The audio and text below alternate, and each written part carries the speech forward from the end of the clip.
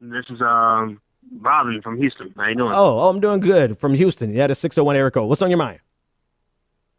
Hey, I just wanted to say, going back to the Betsy DeVos confirmation, I'm a teacher, and I just was completely. I was watching it during lunch. The confirmation was during lunch, and I knew it was going to go through, but Hmm. there was still that little bit of hope holding out, Hmm.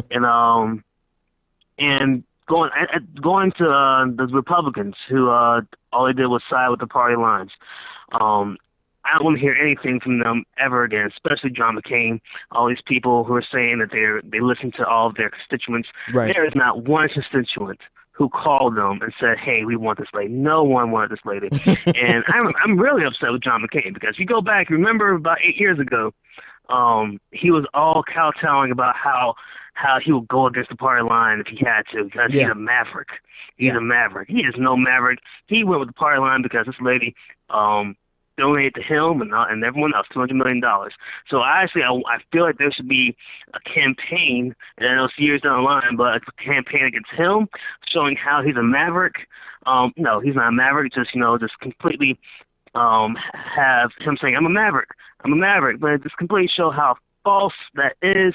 And it needs to be that with every single Republican, just get them all out of office as best we can to show them how much they lie and how much they say we're just going to be doing it for you. But in fact, when it came down to it, all they cared about was staying in power. Yeah. That's it.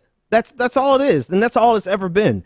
Thanks so much for the call. That's all they have ever done is do whatever is necessary to hold their grip on power, and they're willing to ignore their constituents. They need these donations from people like Betsy DeVos. They have a debt. This is a direct example of why money needs to get out of politics because they have a debt to pay to the DeVos family, whatever DeVos, whatever. How could they vote against her? How could they vote against her when they've all received tens of thousands of dollars from them? What over the family over the years has given over almost 200 million. I think I heard you say.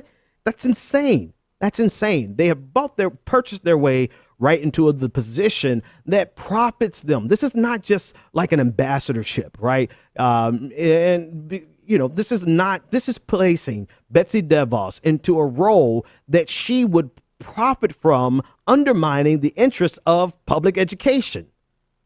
She has business interests that would benefit from the privatization of our public system.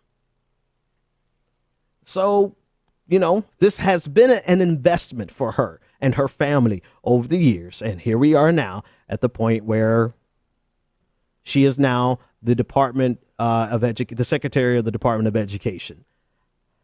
Let's see. It will be, possibly 4 years. Even if we take back the House and the Senate, some of the decisions that Donald Trump is making is going to last. The ramification is going to reach so far beyond the next 4 years, which really goes back to what I was saying. We're going to have to rebuild some key agencies, key concepts, just the basics. We're gonna have to rebuild America just to undo the damage that Donald Trump is doing within the first few weeks.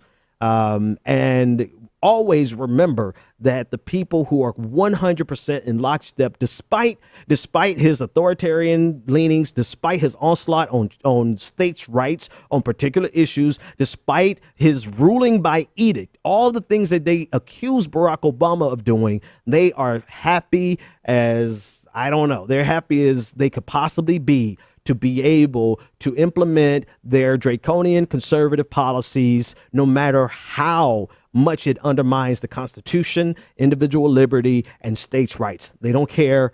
They want their agenda at all costs, which shows you we are at the point where we cannot rationalize with them. We cannot play with them. We cannot reason with them. We have to beat them.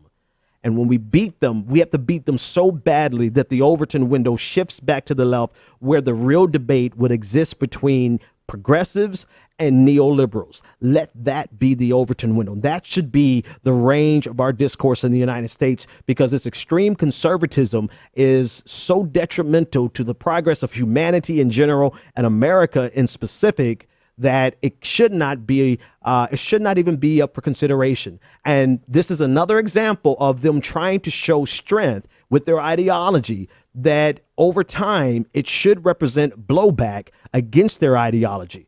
They're implementing everything they believe in as fast and quickly as they possibly can. And so now we should expose America to how dangerous their ideology really is by talking to our neighbors, talking to your family, going to talk to the people who did not vote. I'm going to say it every night. Go door to door, go to your barbershop, go to your church, go to your beauty salon, go to your friend's house, talk to the people who did not vote and show them how much of a threat conservatism is to the United States. And let's put them out of power as quickly as we possibly can and beat them in such a spectacular way that they're not even in the conversation anymore. And then we get back to the debate between progressivism and neoliberalism. The Benjamin Dixon Show is only possible with listener support.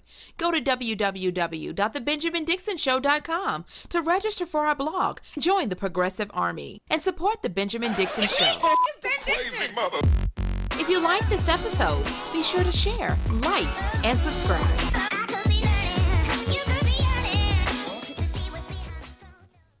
Consider becoming a Patreon. Go to www.patreon.com/The BPD Show and support The Benjamin Dixon Show.